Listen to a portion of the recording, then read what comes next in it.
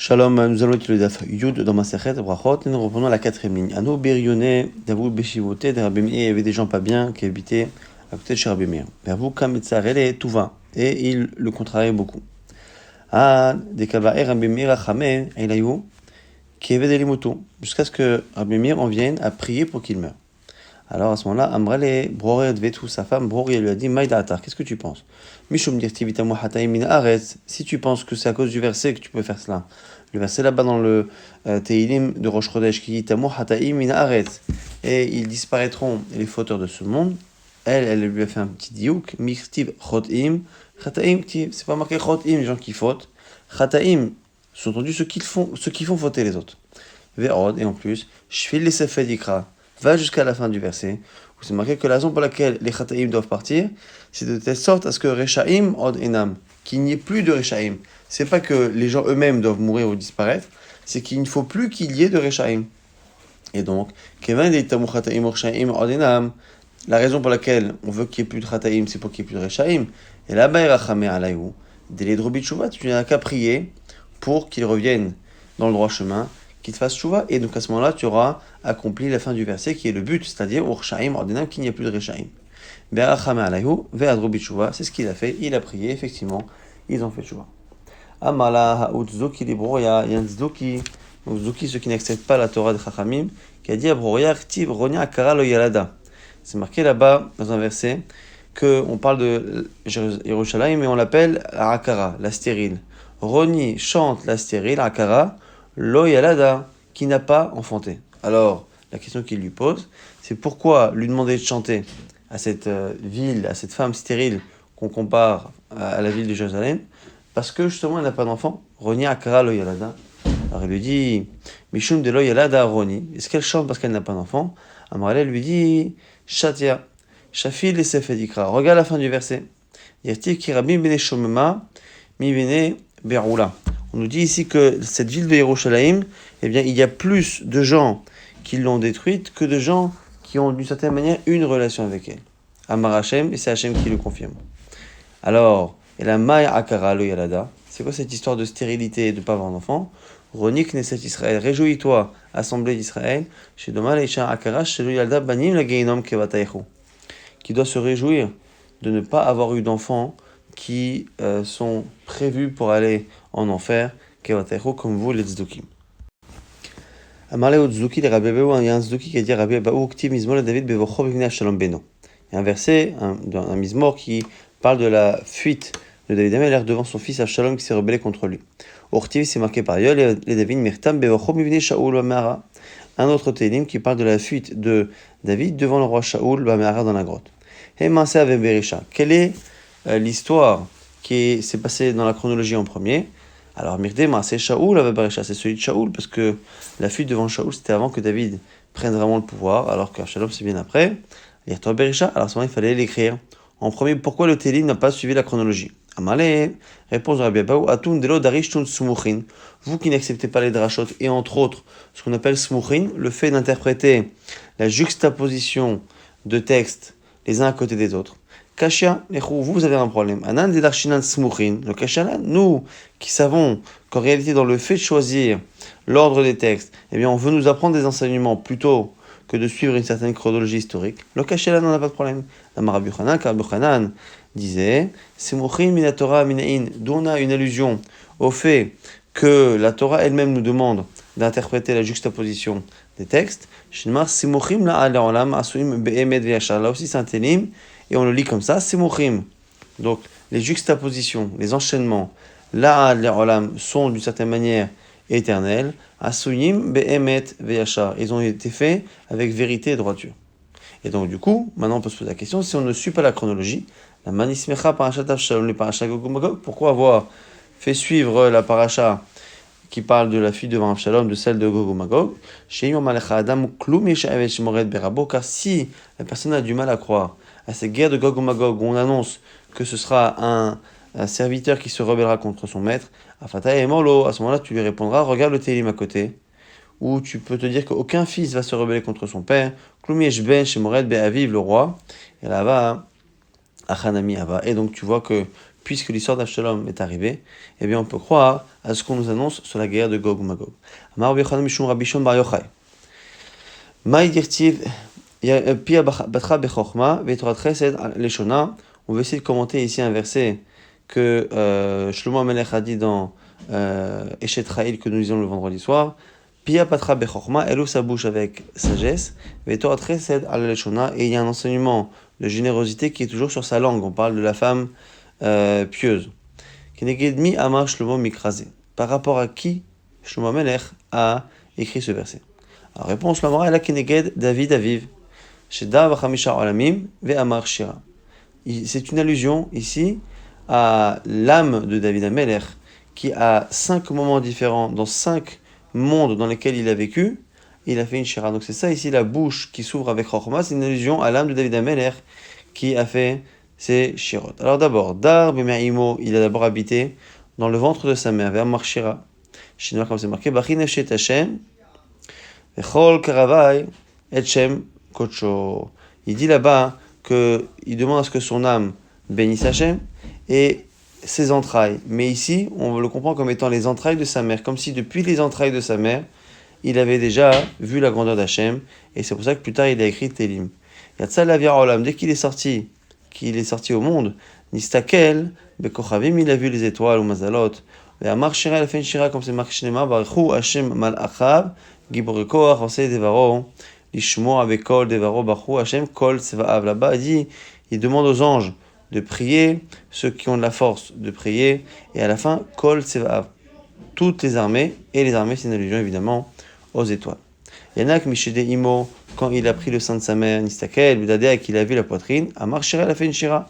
Bachin Efshet Hashem, que mon âme bénisse Hashem, Vatishkechi Kol Gemulav, et que mon âme n'oublie pas Kol Gemulav, ici tout le bien qu'on lui a fait, mais ici Gemulav, c'est aussi une allusion à Vaïgamal, au fait de sevrer un enfant après l'allaitement, Maï Kol Gemulav, et là ici on nous dit pourquoi Kol Gemulav, Amar Rabbi Abahu, quelle est la grandeur qu'il y a aussi dans l'allaitement? Shasala Dadim Bimkom Bina.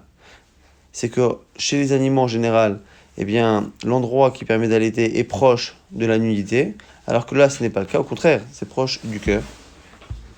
Donc à l'endroit de la chokhmah, à l'endroit de la sagesse.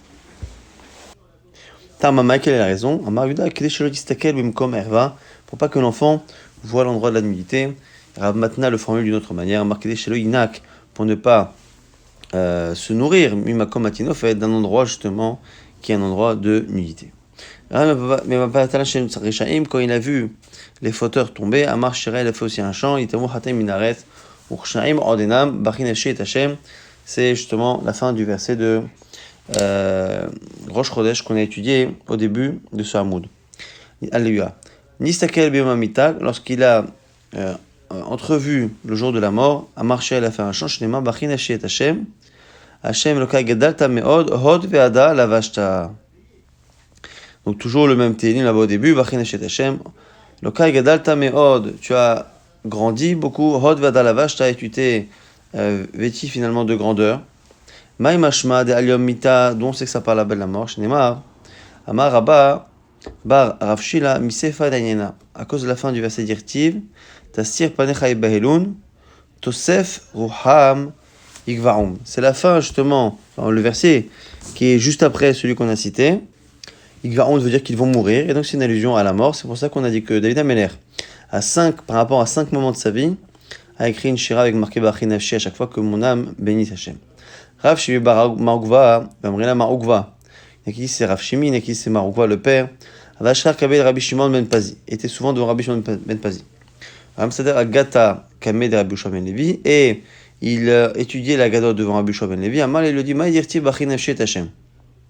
Hol Kereva Yetchem Kocho. C'est quoi justement ce verset qu'on a cité en premier pour parler du moment où il était dans le ventre de sa mère et que son âme a béni Hashem. C'est pour montrer la différence qu'il y a entre Dieu et l'homme.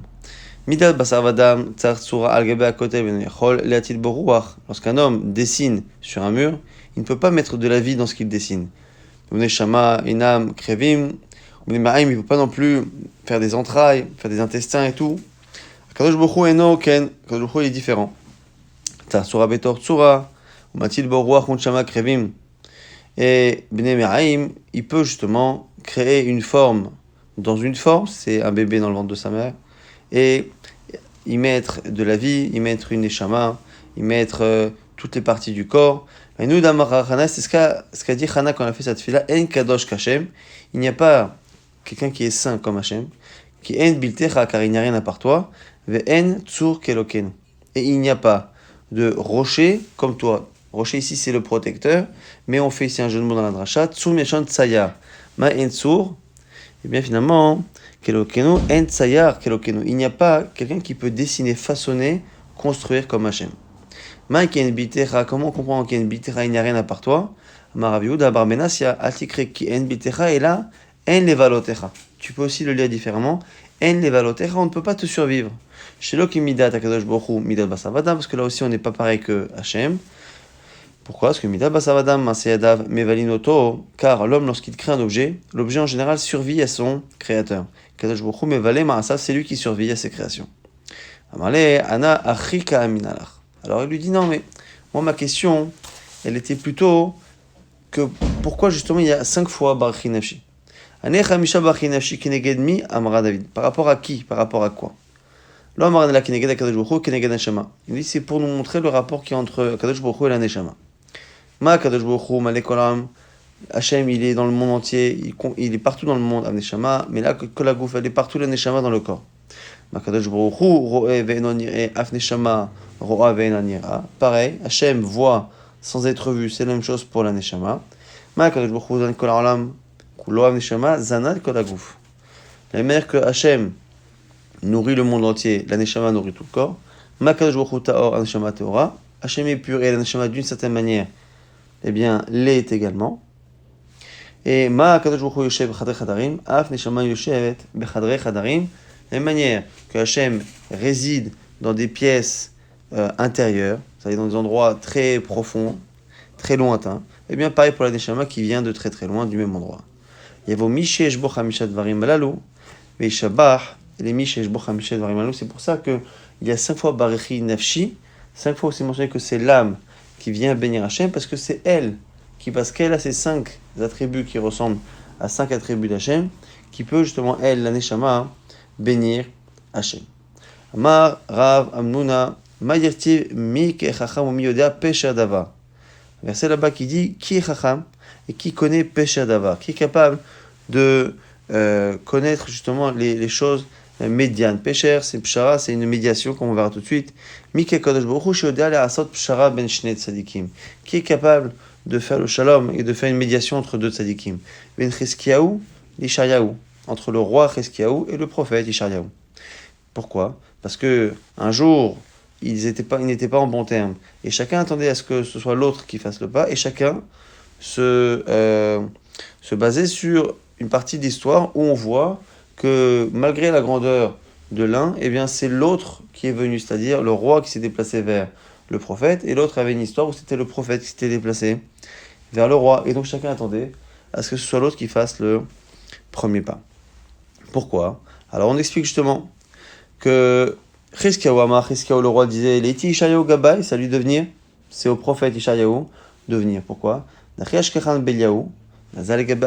que Eliyahu Hanavi est parti lui-même faire kavod et voir le roi Achav qui n'était pas quelqu'un de bien. Ishayahu se disait Leiti Chizkiyahu Gabay, c'est à Chizkiyahu le roi de venir chez moi.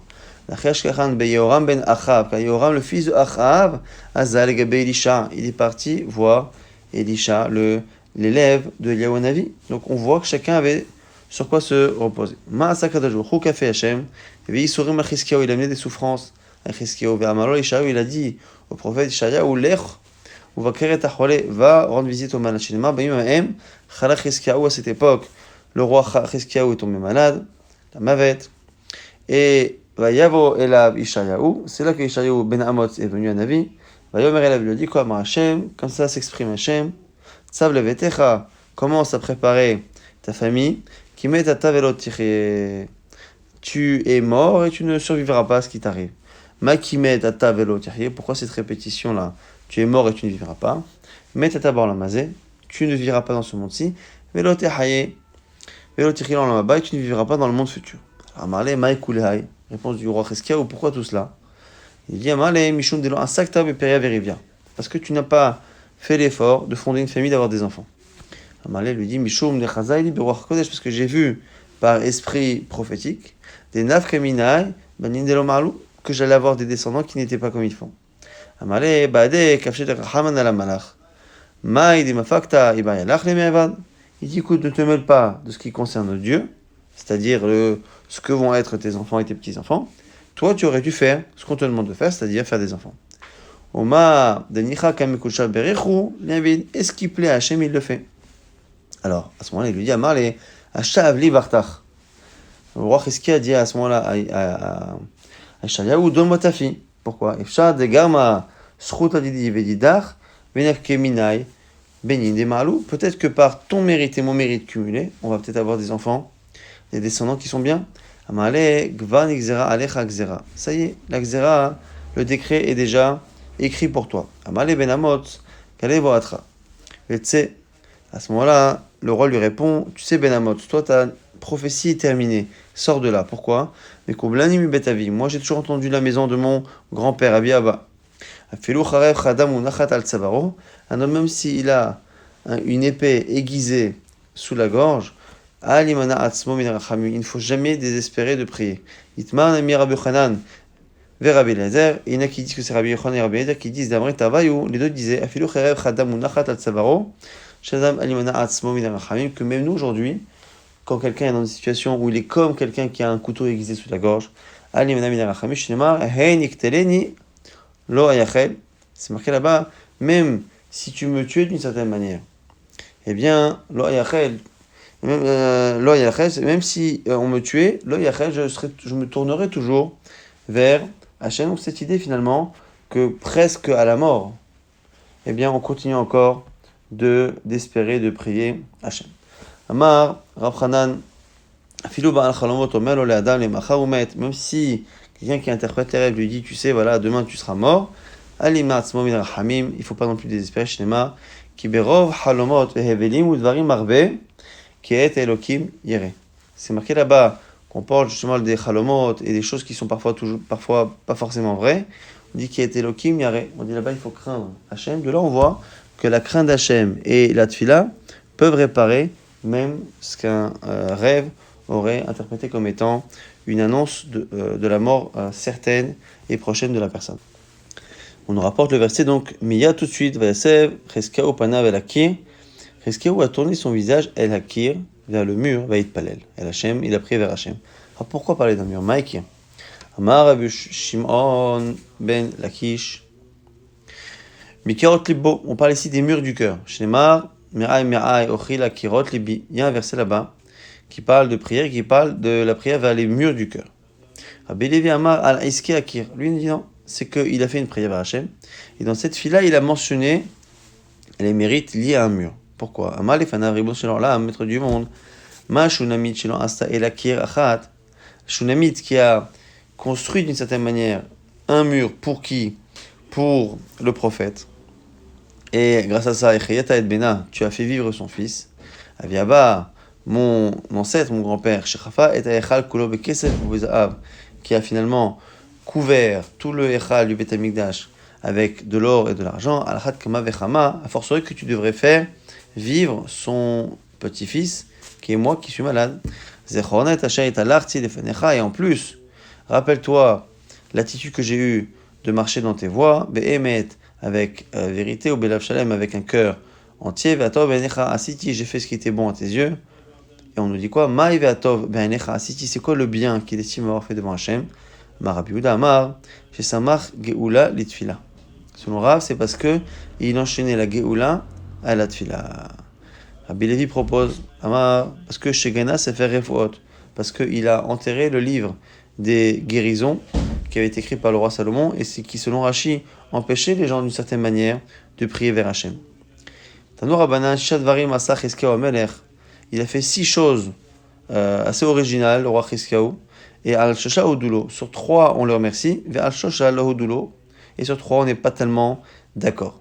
Al-Shosha Odulo, c'est quoi les 3 sur lesquels on le remercie? Gena Sefer Refuot, il a enterré le livre des Refuot. Et Odulo. Kitet Nachash Nechoshet, il a détruit le serpent de bronze qu'avait fait Moshe Rabbeinu sur ordre d'Hachem et qui avait servi par la suite à de l'idolâtrie. Ve'udulo, on l'a remercié. Girerat Samot Aviv al Mitash Chavalim, et il a transporté les ossements de son père sur des cordes, sur un lit de cordes, au lieu de lui faire kavod. Donc ce roi, son père, était un roi très mauvais, donc du coup pour montrer qu'il n'était pas d'accord, il n'a pas fait de kavod à son père lors de son enterrement. Ve'udulo. Ve'ashosha lo udulo, sur les trois sur lesquels on n'est pas d'accord. Tatam Gichon, il a bouché les eaux du fleuve Gichon. Ve'lo udulo, katzaz latot echal v'shgram lemelech Ashur, il a cassé les portes du echal, les envoyé au roi de Ashur. Ve'lo udulo.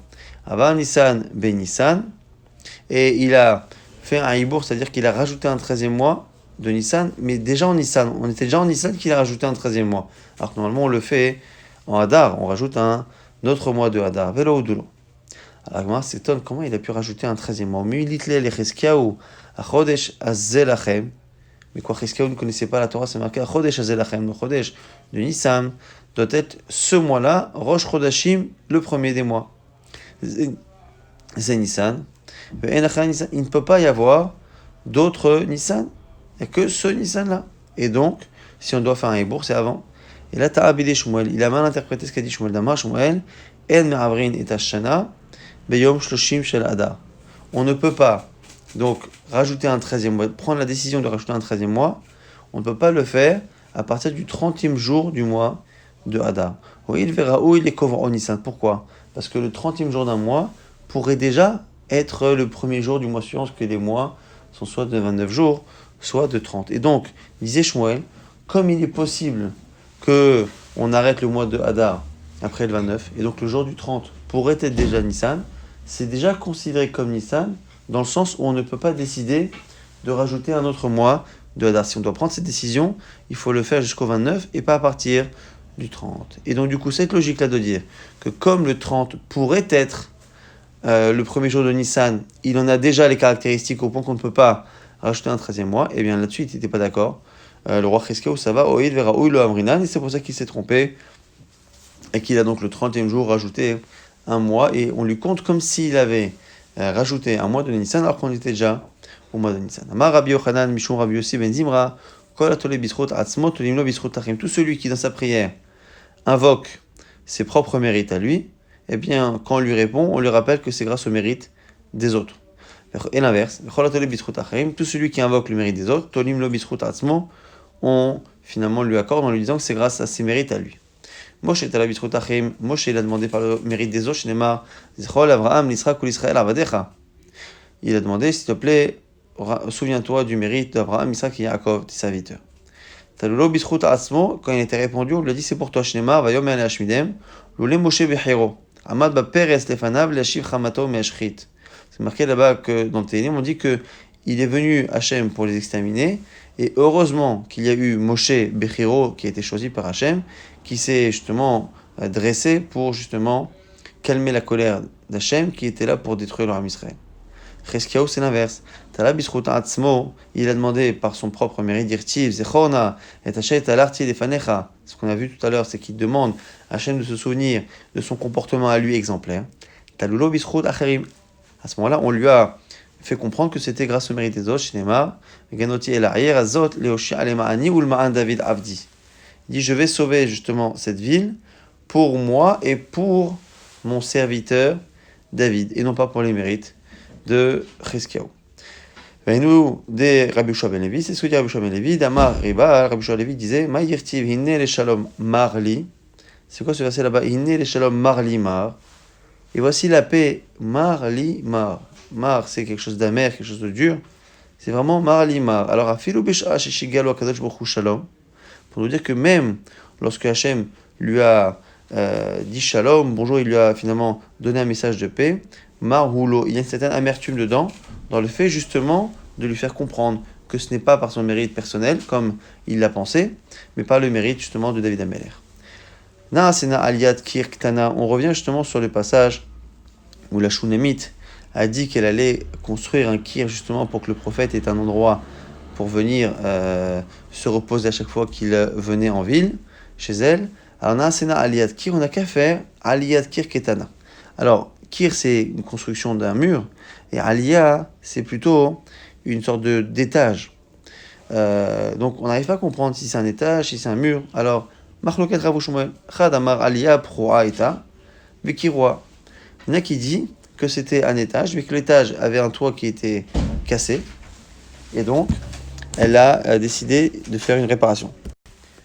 Chadama, elle disait que Arsadra Gdola Eta, il y avait une sorte de grande pièce. Arsadra, c'est une pièce qui est souvent un peu ouverte, ou qui n'a pas tellement qui n'a pas des murs qui montent jusqu'en haut. Vechil Koa, l'Ishnaim, qu'on a séparé en deux pour justement faire une pièce pour le prophète.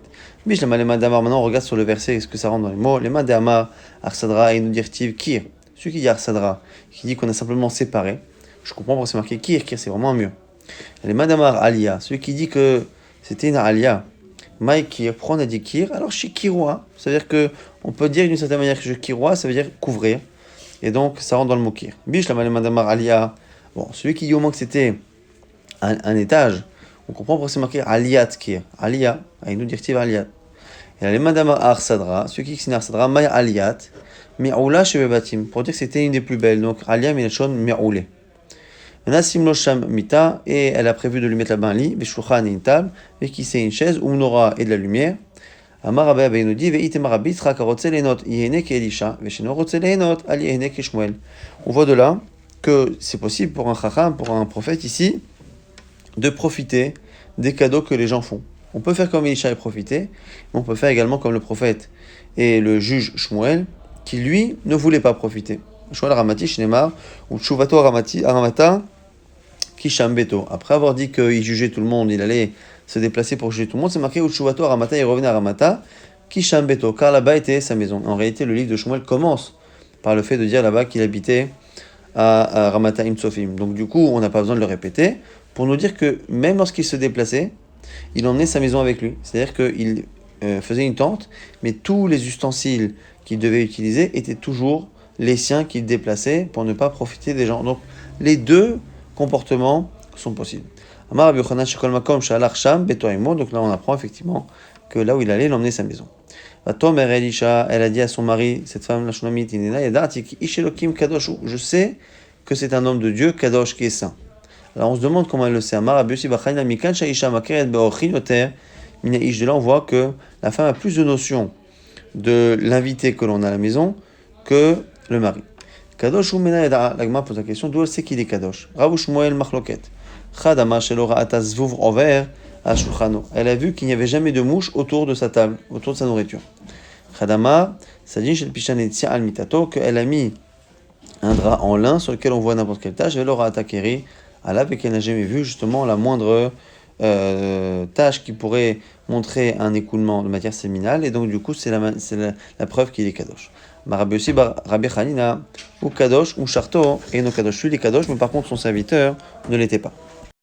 C'est marqué justement qu'il y a un épisode dans lequel le serviteur de Elisha s'est approché d'elle, il l'a poussé. Vegash Gehazi le Hadfa.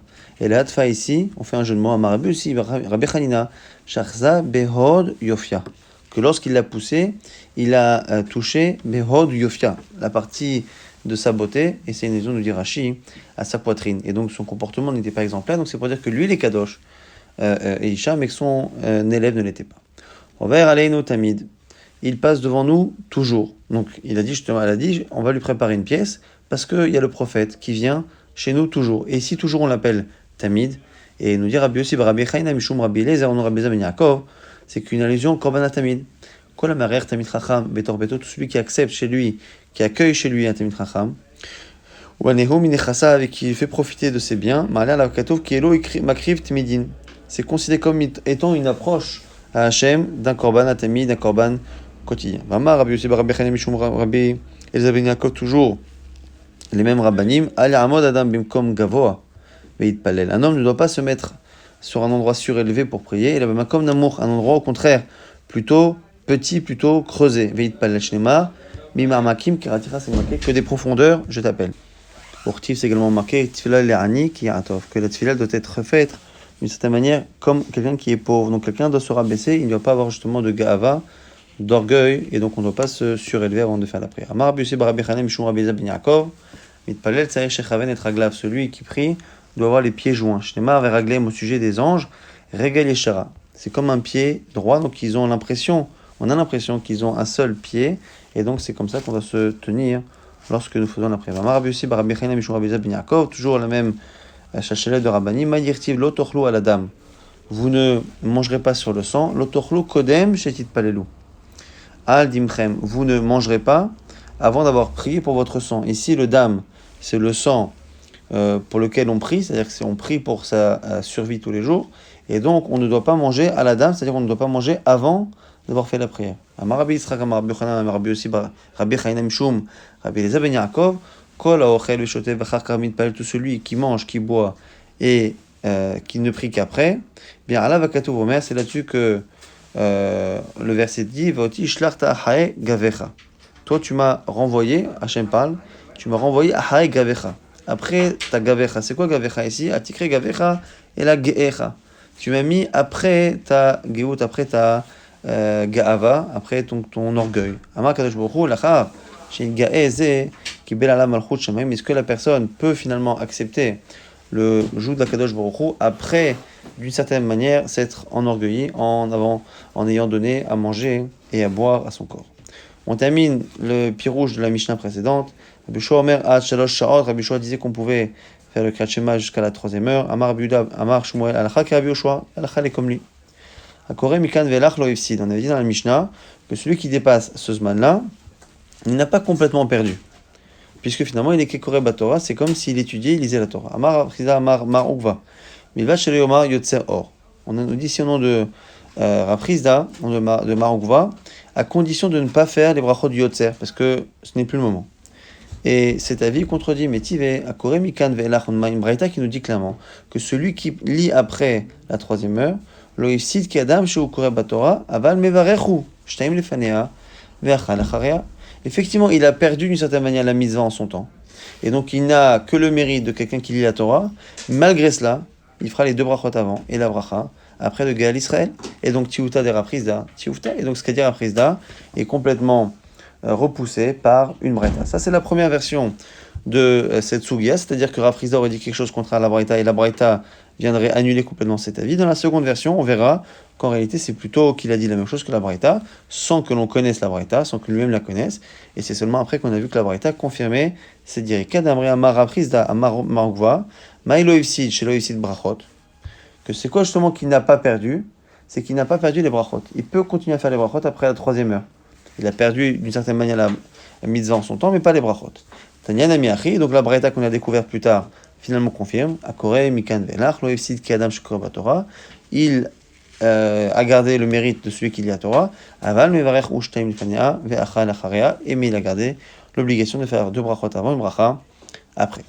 Amar Rabbi Mané Gadol Akore Kriyat Shema Beronata Yotem Yorasek Batora. Donc Rabbi Mani nous dit que celui qui lit la Torah, qui lit le Kriyat Shema en son temps, il fait une plus grande mitzvah que celui qui étudie la Torah. Pourquoi?